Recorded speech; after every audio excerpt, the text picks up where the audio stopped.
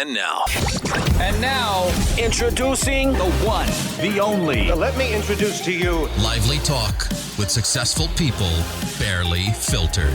This is the Jenna Ben Show. All right. Thank you so much for tuning in to the Jenna Ben Show, guys. I'm your host, Jenna Benamy, and with us today, I have UFC Welterweight with the record of 32-13.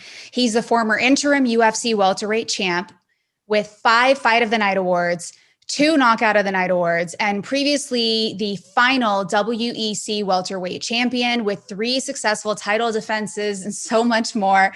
Welcome, Carlos, the natural born killer Condit. How you doing, bud? I'm doing great. I'm glad to have you on. I know you were just working out right now. It sounds like things are kind of opening up out in Albuquerque, New Mexico. Talk to us a little bit about COVID. Obviously it's been an interesting time for everybody. Training has been kind of touch and go. I have not got COVID, thank God. I've avoided it up to this point. Some people that I've been training with and had close contact with, this is a while back, had COVID. I somehow dodged the bullet and didn't get it. But I was able to do 2 successful fights during COVID. So I'm really fortunate.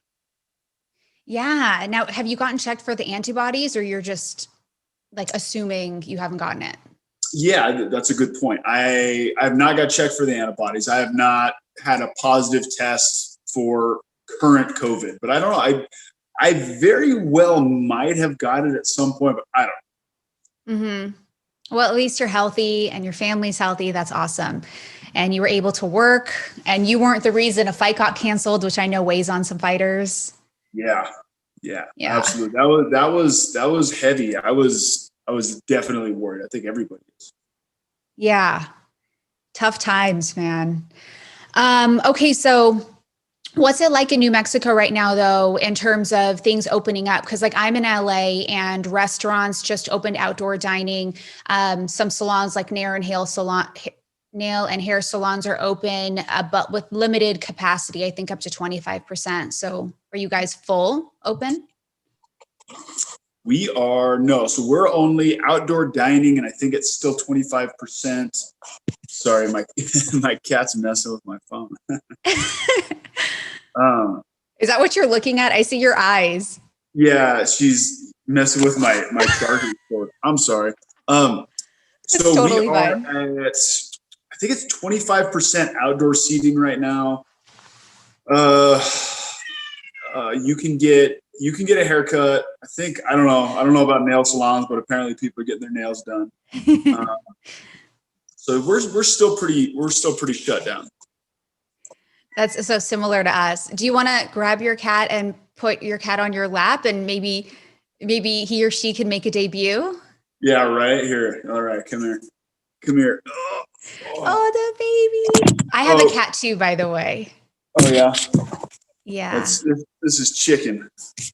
Hi, Chicken. That's so funny. That's one of my nicknames for my cat. Cute. Hey, Chicken. They always want to be present when we are super busy and don't have time. Uh-huh. Now, it's been almost a year since COVID has disrupted our lives. I've learned a little bit about myself in terms of,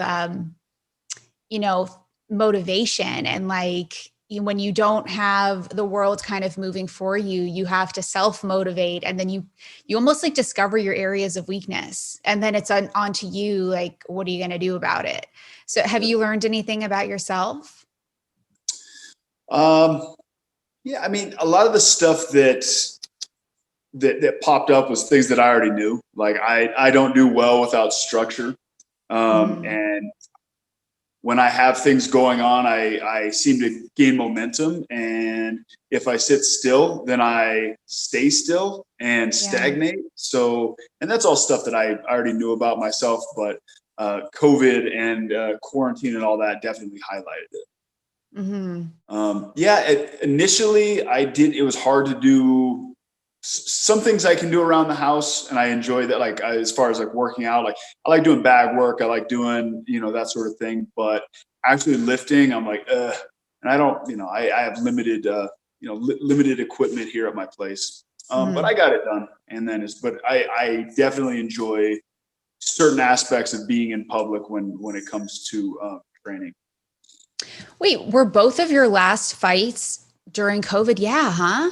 So your wins were during COVID. Okay, we're going to dig into that because a little bit about me. I was working on a PhD in psychology in a past life, and so I'm always like dissecting, what's going on up here and how psychological the sport really is.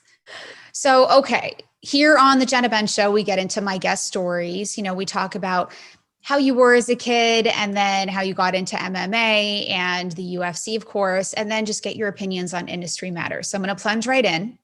Sure. You are 36 years old now, but take us way back to when you were growing up in Albuquerque, New Mexico. Like, what were you like as a kid?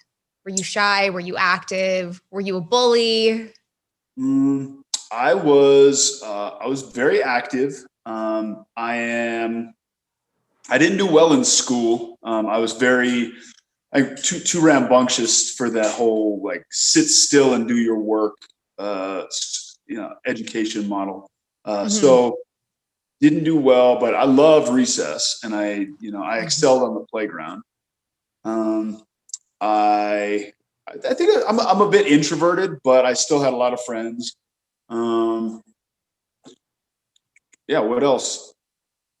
Well, I read up on you and it sounds like you grew up in a structured household. And the only reason I say that is because your dad worked in politics. So I feel like things were pretty regimented in your home, but is that accurate or no? No, I think actually the opposite. My dad spent a lot of his time in his career, and my mom had a full-time job, and they both worked a lot. So no, I think our home life was pretty chaotic, actually. Interesting. Okay. Are they still together? No. My parents split up when I was probably about 12. Okay. Gotcha. All right. So I'm sure that added to the mix. Now, you started wrestling at the age of 9. So that probably gave you a little bit of an outlet when the chaos was going down, right? How did you get into that? Sports were always kind of my escape. I started playing soccer when I was probably 5, and then I was on swim team. And I did a couple other sports up until I was about 9, and then when I found wrestling, I was like, that's what I wanted to do. I loved it. I love this physical contact. I love the intensity. And my dad had wanted to get me in wrestling when I was a little bit younger, but they didn't want to mess with me because I was, they felt like they'd have to babysit the whole time. Okay. That's basically how I got into it. Is my dad had wrestled and done judo when he was younger and always wanted me to wrestle. Nice. Okay. It's funny. I feel like it always comes down to the dad when it comes to wrestling, it's usually the dad that's like encouraging it. Sure. Yeah. So, all right. So you start wrestling at 9 all the way through high school. And it sounds like you joined the same gym that you're currently at 18 years later. You joined Jackson Wink back when you were 18. There's been some, no, not necessarily. It hasn't been as linear as that. So I started training with one of Greg's black belts, a guy named Tom Vaughn. He ran a different location of Jackson's. And then I trained him with him and his wife, and they were my mentors, for the beginning of my fight career. And they ended up gradually having a separation from Greg and had their own school. I stayed with them for a while. I went to Phoenix and trained with Arizona Combat Academy, Ryan Bader and CB Dalloway and Aaron Simpson, all those guys. And then I came back to Albuquerque, trained with Greg and Wink. And actually, I have not done my last 2 camps at Jackson Wink. Yeah, I thought I saw you spending a lot of time at Elevate. Is that right? Elevate's a strength conditioning place. And I've been with them for a long time. Okay. But no, so at my last 2 camps, I did at various places. I trained out at Cowboys Ranch. I did a lot of my camp, a lot of my training at Dark Haven, which is a 10th Planet gym here in Albuquerque. Okay. It's so funny because you're like shooing your animals away, and I just had to do the same. I don't know if you heard my cat, but like he always does that when I bring him to the studio. And he's like, and I'm like, dude, you can be the star 23 hours a day, but I'm going to need you to just give me this. Yeah, I have dogs wrestling like literally a foot to my left. We're going to power through it.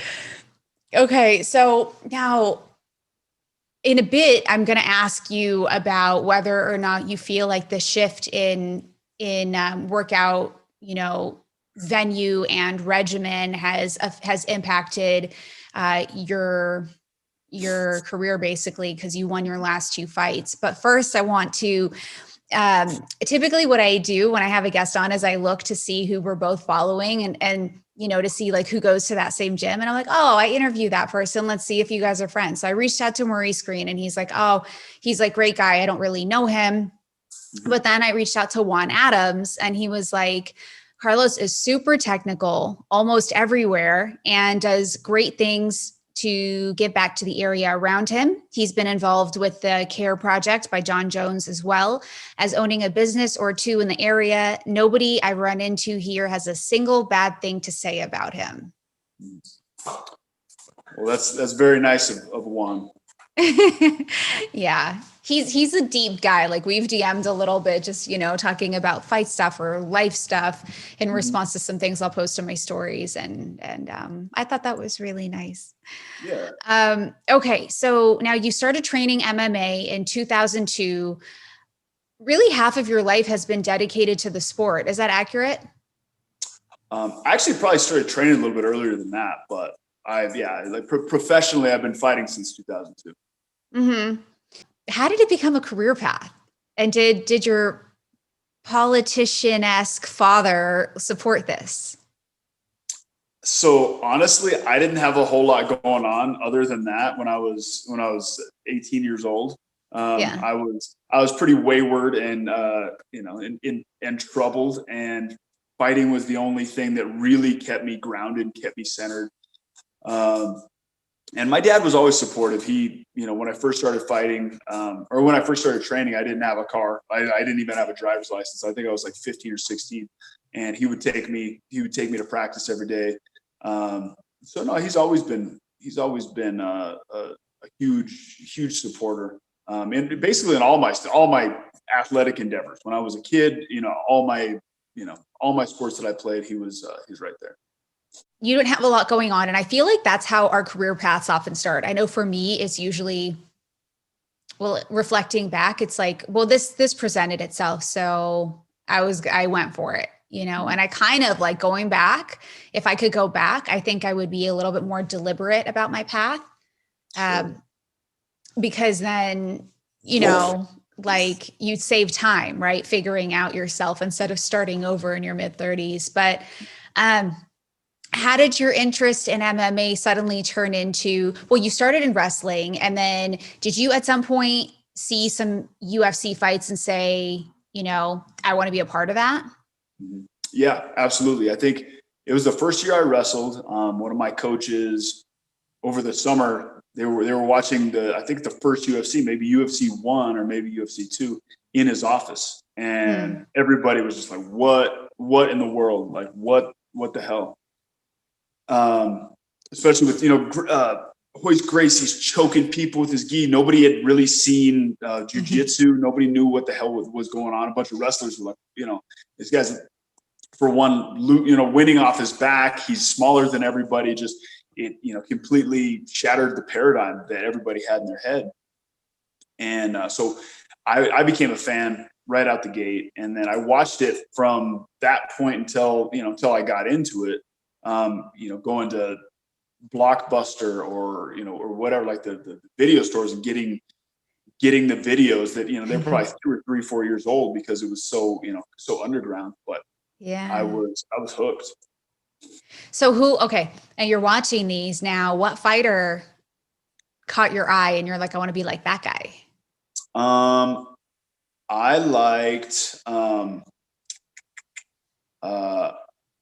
I like Mark Coleman. I like Hoist Gracie, like right out of the gate. Like I saw that a grappler could do well, a small, skinny dude. Who else? Don Fry. I remember watching Don Fry in, I think he won one of the tournaments. I could be wrong, but I remember Don Fry he stood out just because he was well-rounded. I think maybe he was out of the Lions Den at the time. And the Lions Den guys were one of the first schools to start really having well-rounded fighters, like, what we know as modern mixed martial arts. You put in time in multiple promotions. I mean, probably more diverse than the majority of the fighters I've interviewed, one of which was Pancrase. And I've learned a lot about that promotion through Frank and Boss Rutten. And I actually reached out to Boss Rutten because I saw that you were following him and, we're buds and he's been on the show a bunch. And I'm like, hey, do you happen to know Carlos Condit? I'm interviewing him, any words for him? And he said, I met him a few times, but don't really know him. Love him as a fighter and a person. He's on the cover of this model magazine and then he beats people up. What's not to love? Haha. I love Boss. Boss is like one of my favorite. He's like, I want to be like Boss when I grow up. That dude's amazing. He's so cool. And his energy.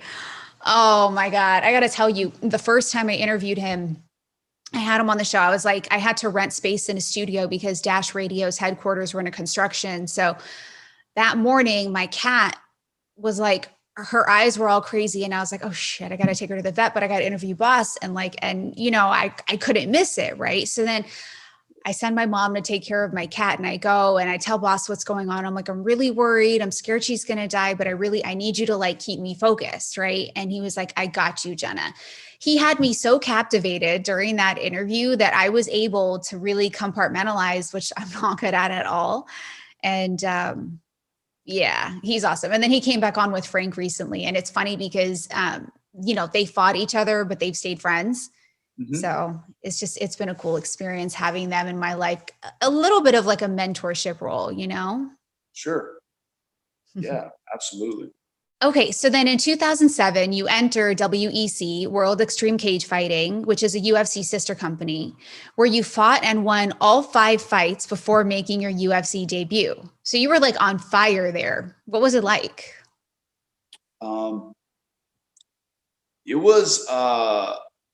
It was really cool to be in like a major promotion, right? I had been on the regional scene for a while, gone out and fought in Japan. And, the smaller promotions were still very professional, but to be, basically on the big show, as big as that I'd ever been, mm-hmm. It felt like a natural progression. And I was really coming into my own as a fighter at the time. And things obviously went well for me. Yeah, they went well. And then somehow you end up headlining your first UFC fight. And I'm guessing that's because WEC was coming to an end and were they rolling over the fighters? Is that how it happened? Or how'd you get your UFC contract? Yeah. Basically they were just folding the divisions into the UFC. I mean, how cool is that? You headlined your very first UFC fight. That's a big deal. That doesn't happen to a lot of people. Yeah. Was that a moment for you? Yeah, absolutely. Unfortunately, I lost. So, it would have been nice to have gone in there and got the win. But it was very cool. I mean, I think it showed that, the promotion had a lot of faith in me and thought highly of what I had done so far in WEC. Yeah, I think so too. You lost to Martin Kampman via split decision. And I'm wondering, when you lose your very first UFC fight, does that do something to you? Like, did you have an oh shit moment? Like, yo, this is not the same thing as WEC. I got to step my game up. Or did you panic at all?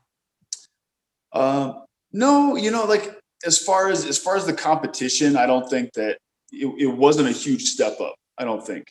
Mark Cam is a very tough guy, very well-rounded, well-trained. Also, what was going on at the time is I had left my longtime trainers and moved to Phoenix and had a whole new camp, new coaches, I shifted my whole life. So there was other things going on at the same time. I was trying to readjust or readjust and, and switch up my formula quite a bit. So that, I think that was a lot of it in addition to the UFC debut. Yeah. Okay. That makes sense. But then you won your next 5 fights. So it's like, once you got settled, you got in your groove, and then, including the one against Nick Diaz for the UFC Interim Welterweight Championship. So like, walk us through that experience. I had, gained some momentum or continued some momentum after the loss. Strung together a bunch of wins, was supposed to fight George, GSP, and then they gave the fight to Nick, and then George got hurt. So me and Nick got, it was kind of a crazy series of events. And I ended up getting matched up with Nick, who's the guy that I had looked up to. And I think that was Nick's first fight. He was coming from Strikeforce. That was it was his first UFC fight back. Okay. I believe. I don't think, so, my first fight back in the UFC was a headline. His first was a title fight. That's insane. Which is, but I mean, he's got a lot of, I don't know. People love him, man. He's a hell of a fighter. He's got that Conor it factor. Sure. Yeah. But the difference between them, Conor is like, we got a visitor. So Conor is like Mr. Charisma. He's like, I'm tough, but he's a little bit of like the funny guy, and he's suave. But Nick is like, he's kind of like old school. I will F you up. That's his vibe. Like, he's just very serious, Yeah, Nick's like an anti-hero. He's the guy that tells gives the UFC the finger and does what he wants. And, a lot of people wish they could do that at their job, and they wish that they could tell their boss to fuck off. And, interesting. And just kind of lives unapologetically, however the hell he wants. And a lot of people, I think that's why a lot of people dig it. It's funny because I'll observe the type of fans that each fighter will kind of bring into the mix, MMA appeals to a lot of different people, and it's great because there's something for everybody. So many different personalities. I've been in this game a long time, and I've met people from all walks of life, all backgrounds, people from all over the world, different cultures. Fighting transcends all those boundaries.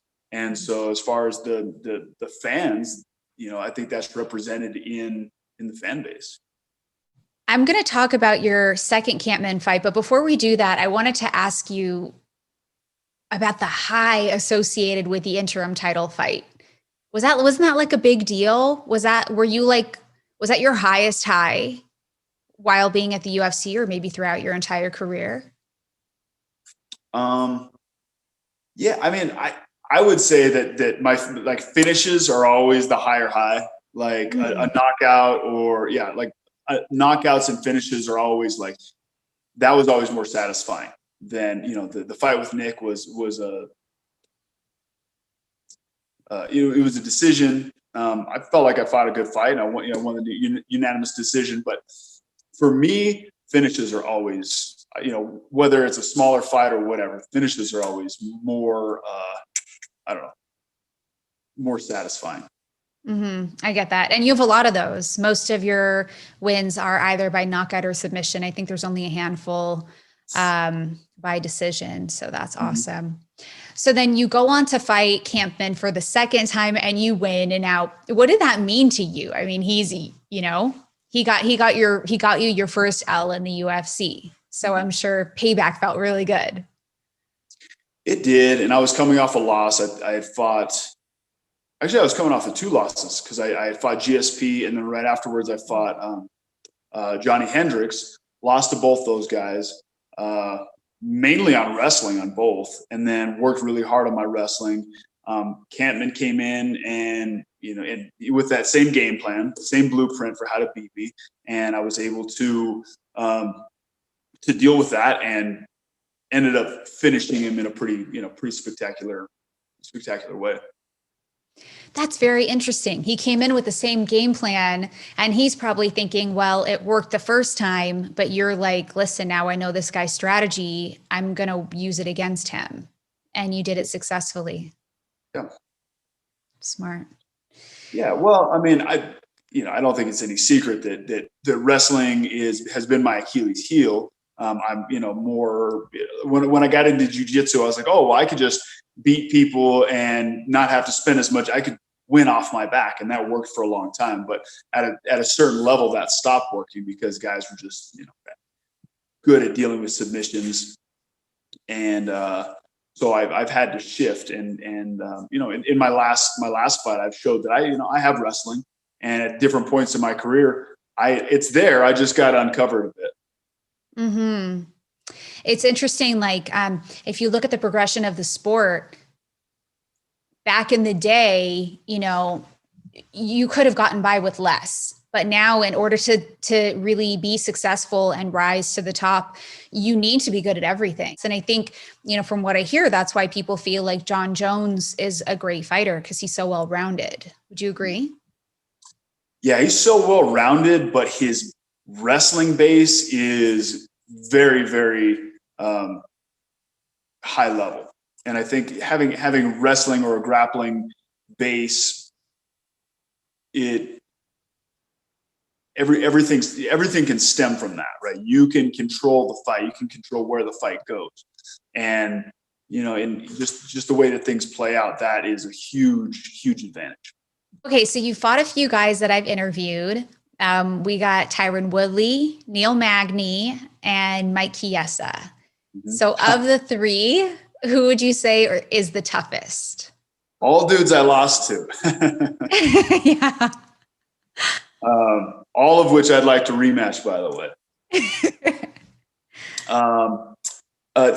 I would say, Tyron is just a hard hitting dude. Like he's the scariest of the three. All well-rounded, all very, all very good technical fighters, but Tyron's got that power. And so I'd say Tyron's the scariest of all three of those guys. Did you catch the fight between Chiesa and Magny? I did. What did you think? It was a hell of a fight. It was awesome. It was great watching them. Chiesa, man, he's on a roll. Looking really good these days. So Magny was on a roll too. Now, I love both of them. They've been on my show multiple times, both of them. They were actually on my 100th episode reunion together. I had Uriah Hall, Neil Magny, Mike Chiesa, Jeff Neal. So I had 3 ranked welterweights on at the same time. And then Josh Emmett. And it was cool. Like, everybody loved it. We're going to do another group show again soon. But it's funny because they knew that they were fighting each other, but couldn't announce it yet. So I'm like, all right, who do you have your sights on? And I'm asking these questions, and Mike's like, yeah, Neil's. It was just really funny. And I don't know, I felt like really happy for Mike when he won, but I also felt sad for Neil. And that's the game, Mm-hmm.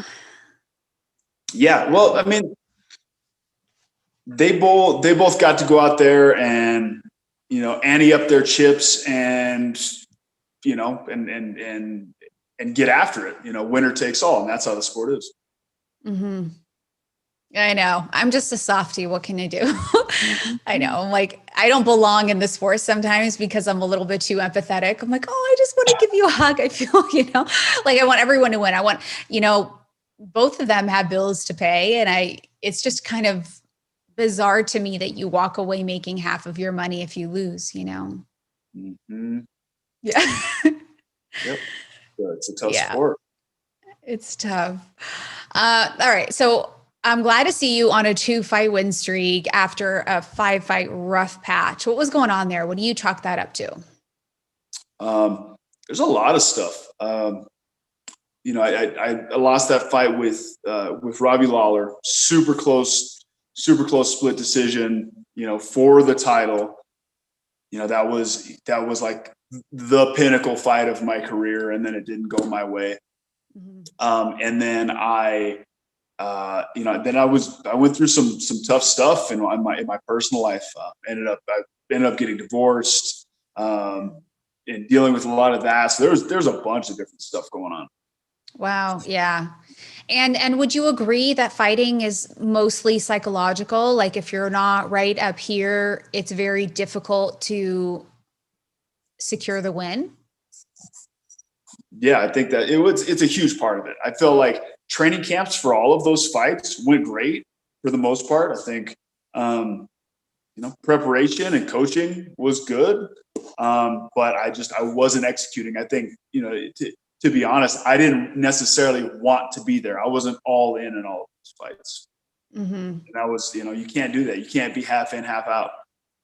Fight week, leading up to those fights, I see kind of what you guys go through in the roller coaster of emotions, and you're dehydrated and you're hungry, you're cutting weight, and then you're having like all of these journalists in your face and you got to be on, and then social media is crazy judging you and, supporting you. And it's just like there's pressure is basically what it feels like. Right. Was there something different about those fight weeks where you just kind of didn't feel 100% and you knew it? Or did you think each time like, okay, I got it this time.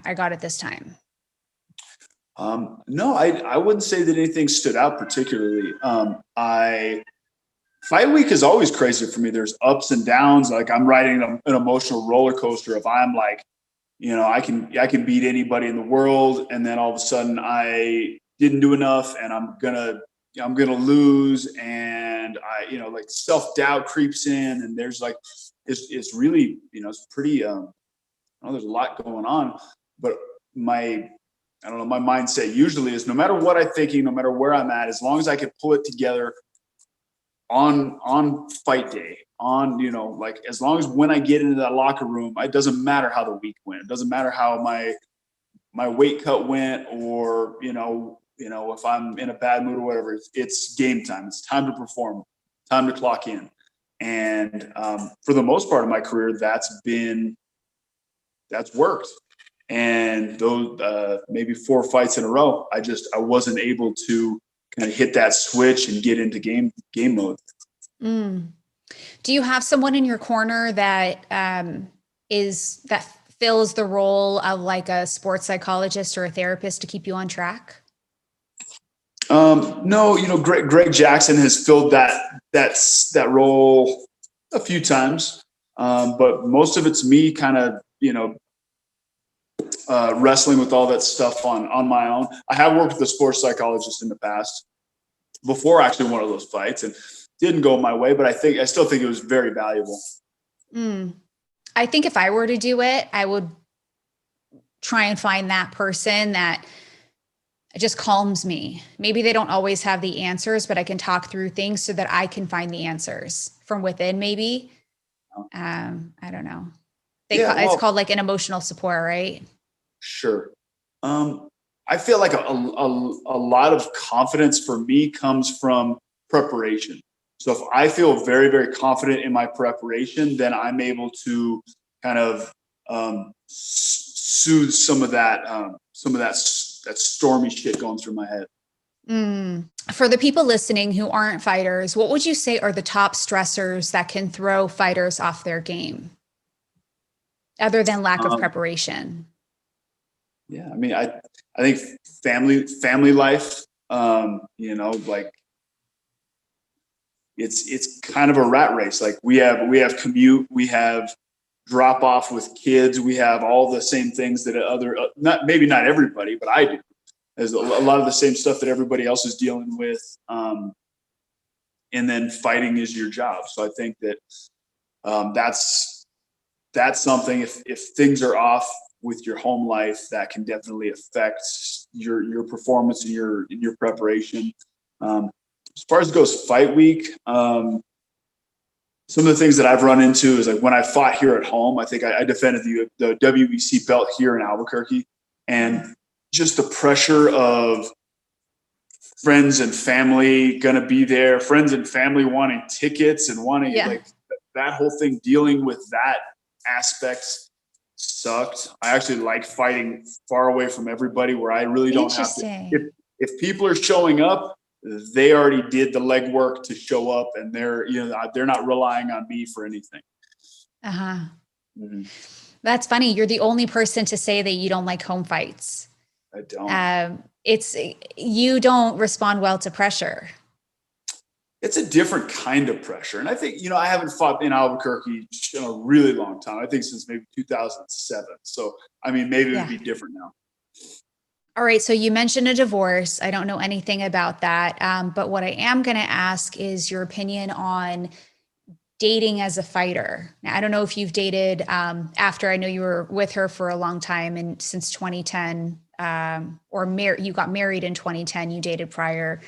I've asked several fighters, some single, some in relationships, on their thoughts about dating while fighting. And the consensus seems to be that if it's the right person, it can help elevate you. But if it's the wrong person, it will likely detour you.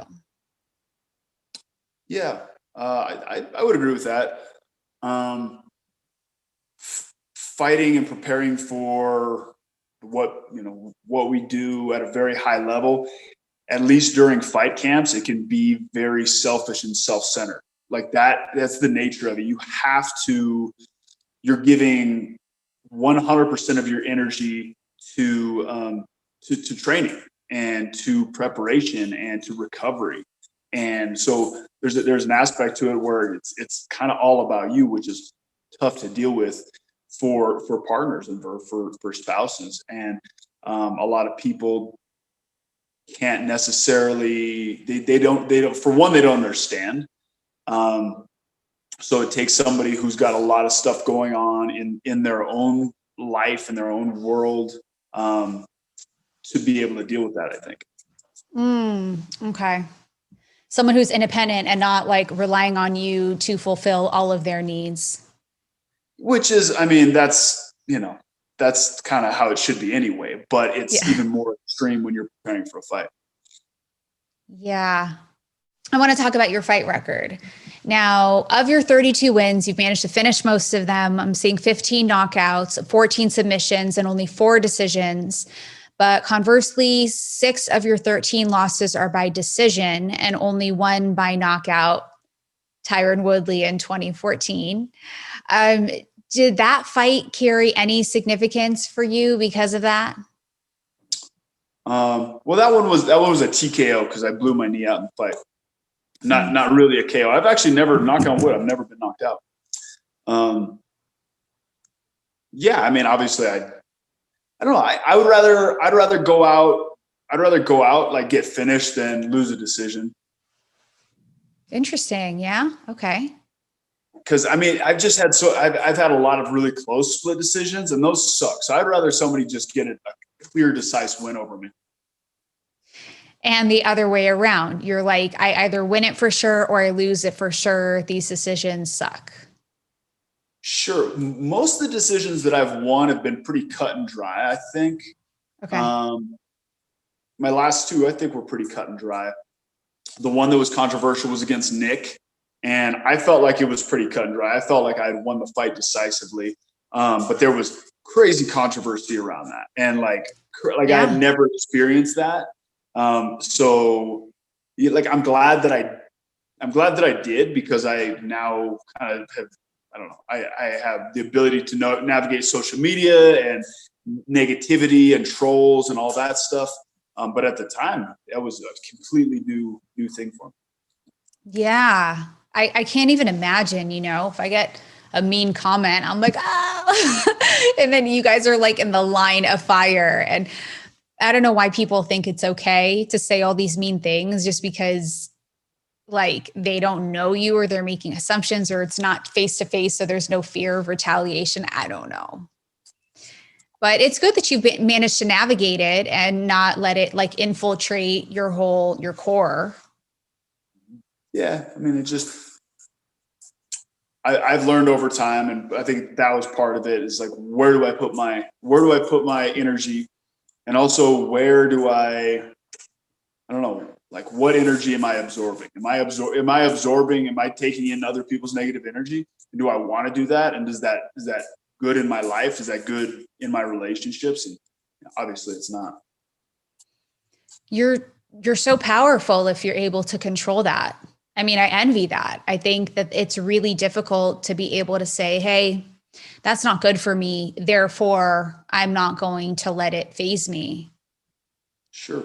Yeah. And I think it's a moving target. That's like one day I can be in the zone and I can brush things off, and another day things bother me, but I think for the most part, I've learned to deal with some of that stuff pretty well. Do you have any advice for the people listening and watching on how to approach doing that?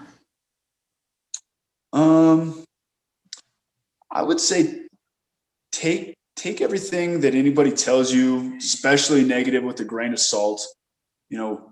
What's the context? Do they know me? Do they matter in your life? Like, is this somebody who has, consequence? Does their opinion matter? And some of the criticism leveled at me or at anybody, even online, can be legitimate. And it's maybe something to listen to. I mean, there's quite a bit of criticism or, people with whatever critique they have they're accurate. And maybe if I'm in a place to like gain something from that and do something with it, taking a look at that, maybe they're right. But if people are just trying to cut you down, then there's no point in entertaining that. Yeah, I guess they are right sometimes. And you're smart to say, hey, you know what? Thanks. I'm going to learn from that and be better because of it. Mm-hmm. Okay. So now, if there is one fight you could do over again, what would it be? The fight with GSP, for sure. Why? Because I don't know. There's some different things that I did in preparation that I would have changed, and even in the fight, I had my moment where I almost had the finish and didn't close the show. And GSP is one of the greats, and so a win over him, especially the finish, would have been, that would have been a high point in my career for sure. Yeah. When I interviewed Cheeto Vera, he said that like GSP's his guy in terms of, he's the one that got him excited about the UFC, and he still looks up to him. He's like, we're very different in how we approach things, but I don't know. I think a lot of people look up to that guy. What is it about him that's so special? I think a big part of it is how he carries himself. Who he is and how he presents himself, as a high level athlete. And then obviously his fighting and his career speaks for itself. I mean, he was a phenom, GSP, in his prime, he was, finished Matt Hughes. He, had these incredible wins and this incredible win streak for so long. And he was iconic. Mm-hmm. Okay. Now, conversely, what fight are you most proud of? Which fight am I most proud of? I think my fight with Robbie Lawler. Even though I lost, I mean, that one, I'm most proud of that. I mean, that was fight of the year. I think that was, that fight inspired a lot of people, and that's ultimately what, that's one of my motivating factors these days is like, I want to motivate, or I want to inspire people to, to whatever they want to do. But you want to get into MMA, you want to, work hard towards a goal and pursue it relentlessly. That's what I do in my life. And I hope to, hopefully model that for people coming up. I love that. And that kind of ties back into what Juan Adams was saying. Now tell us a little bit about what it is you're doing on the side, and then your businesses, you have, it looks like a jeans line and then a coffee line, and like you're involved with all this philanthropy. So just start anywhere. Yeah, well, I think 2017, I started a coffee company. So I have a coffee company with a couple of partners, 100 Hands Coffee. Mm-hmm. And we are, we're mainly in Albuquerque. We do some e-commerce stuff, but we've done a number of things. We've, grown and switched the business model as we've gone. We actually just opened a shop right before COVID. So it's not ideal. Yeah. Yeah. So, but that's been a really interesting thing to get involved in. I've been a fighter all my life. I don't know anything else other than that. I've gained some experience that I think translates to other things in life and in business from fighting. But actually going and applying it is something that I haven't done before. So I've grown a lot. I've learned a lot as a business owner. So that's been really cool. And then you mentioned the jeans. I got involved with a company called Sene Studios, and they do custom jeans, actually all kinds of custom clothes. But we have a jeans line that we collaborated on. It's really cool, and it's kind of in the initial stages, but I've really enjoyed it. Yeah. So while I'm on Instagram, something I like to do is like go through the list of the people we're both following and see who you're actual like real life friends with. So first up is Uriah Hall, who I'm good buds with. And let's see, those, the two in the middle, those two gloves are from him. Actually, on the other side, I got gloves from Neil Magny too. And I got to get some from Chiesa, but getting him to the post office is not easy. Anyway, okay. So Uriah Hall, are you like real life friends or? I've met Uriah a handful of times, but no, we're not like buds. Okay, I'm going to run through the list. So Cody Garbrandt, Frank Trigg, Jeremy Stevens, Darian Caldwell, Puna Soriano, and then Juan Adams, Nico Price, Jalen Turner, Ben Saunders, Mike Chiesa, Kai Kara-France, Boss Rutten, and Cynthia Calvillo. And there might be more, but those are just the ones that showed up top. So any of those like that you're tight with? Really the only one that I like know is Jalen. I know Jalen Turner. He actually came out to Albuquerque, trained a little bit at Jackson's, and we hung out. So yeah, I know Jalen. And then Chiesa, we fought each other, but we had met each other before that, years before. And then since then, actually since we fought, we trained a little bit. We were actually both did a seminar in Ottawa at the beginning of 2020, right before COVID hit. And we got a chance to train and roll a little bit together. That's very cool. Mike Chiesa is doing fantastic with his analyst work. Mm-hmm. When I did my reunion show, I actually had him kind of do his like analyst intro. I sent him all the info, but he's like, all right, so, Uriah Hall, like it was really cute and he did a great job. And so we'll probably do that again, but I'm really happy for him. I was like, how did that get going for you? And he's like, I just mentioned it. And he's like, DC actually kind of helped. He's like, how do I do this? And then we ended up at a dinner with the guy, the guy that's responsible for that stuff. And they said to him, you have to shave your mullet. And he was like, all right. So he did it. And now, I'm sure you're seeing him all over the place. Like he's covered a lot of the fights in Fight Island and hopefully it takes him very far.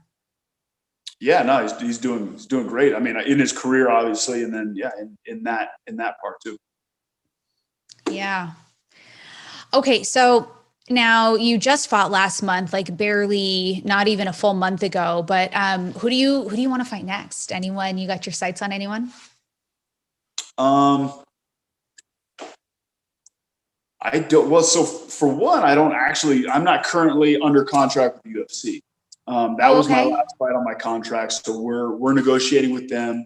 There was a number of guys that I wanted to fight, but really, the guy that I think makes the most sense, if it can happen, if it comes to fruition, is Nick Diaz. Diaz is supposed to come back. We have history, and I think a lot of people want to see that fight. Yeah, definitely. And they just posted about that on ESPN MMA, the whole 125 thing. So I'm like, people have opinions. Yeah, let's do it. Yeah. All right. I'll be there to watch. Okay. So listen, you're 36 years old. You've been fighting professionally for half your life. What's the plan here? Is there like an age or a year or a milestone, or like when will you know it's time to stop? I've hit certain points in my career where I thought that, I thought it was time to ride off into the sunset, but, but things change, and I feel reinvigorated. I really feel like I can reinvent myself at this point as a fighter, and I got another run left in me. So I don't exactly know, like, as far as a timeline, what that looks like, but I got some time left. How long are your contracts normally? Are they just like standard 3 fights, or? No, this last one was an 8-fight contract. Oh, wow. Uh-huh. Okay. And do you have any idea how long you're looking to sign on for the next one? I have no idea. I don't even know what. Yeah, it's been so long since I've negotiated a contract with the UFC. I mean, that was 2015, I believe, that I signed that contract 8 fights ago.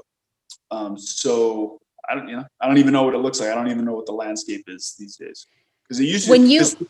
3 fights used to be pretty standard. Yeah. Yeah, at least to start, from what I'm hearing, for like incoming fighters. Now, when you sign on, 8 fights is a really long term. Have you renegotiated within the 8-fight contract, or you just wrote it out? Nope. That was, and a big piece of that, I was losing fights. So, Yeah. No leverage. Yeah. Not a lot of leverage. Yeah. I'd love some words of wisdom from you. You're a very articulate guy, and you strike me as someone who is kind of like on top of his shit. And I feel like you're deep. I feel like you've got some wisdom that you've acquired along the way. So it doesn't have to be fight related, or it can be, but for the people listening, maybe looking to self-start, maybe looking to get past whatever hurdle is before them at this time, what you got? A big part of what I try to implement in my life is just, have big goals, but really, really focus on incremental growth. What can I do today? Like, things get overwhelming. Like, if your goals don't overwhelm you, then you've set your sights too low. And setting big goals, but focusing on day to day, how do I get there, and doing the best I can, in this hour, this session, this round, this, this class, whatever it is, in your life. I think the more stuff you stack up towards that goal, the farther along you'll be, and eventually you'll be able to achieve that and probably surpass what you thought you could. Mm-hmm. It's funny because we can look at a goal and be so overwhelmed, but if we break it down and say, okay, here's what I'm going to accomplish this week, and then break that down further and say, these are my daily goals, then it's not so scary. I think there's something within us that makes us feel like, I don't want to try unless I know I'm for sure going to get there. It's almost like, oh, I don't want to waste the time or waste the effort.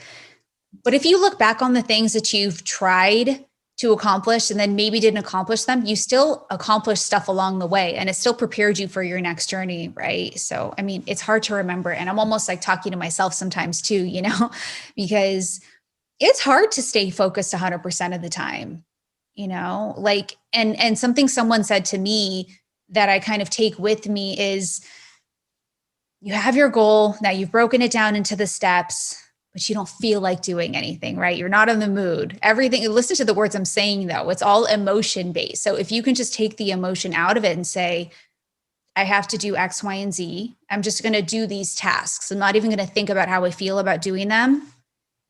Then you're better off, right? Mm-hmm. Yeah. And, sometimes you don't, sometimes you take steps back, but it's about about consistent. You know, it's just like, it doesn't matter. Whatever. That was yesterday. What do I do? What do I do today? You know, I felt like shit. I laid in bed all day. I didn't do anything. And if the next day I feel bad about myself and I judge myself for that, then today is shit too. So, you know, like all I have is now, and doing my best I can every single day. Hit that reset button when you wake up in the morning. Yeah. Okay. Thank you for coming on, Carlos Condit. You're awesome and deep. And I know that we didn't even really dive into all the depth that you have, I can tell. So, you know, hopefully next time we'll be able to, you know, elicit more from you. But in the meantime, give us your Instagram handle so people know how to find you. It's just at Carlos Condit. Easy. Simple. See, I love it.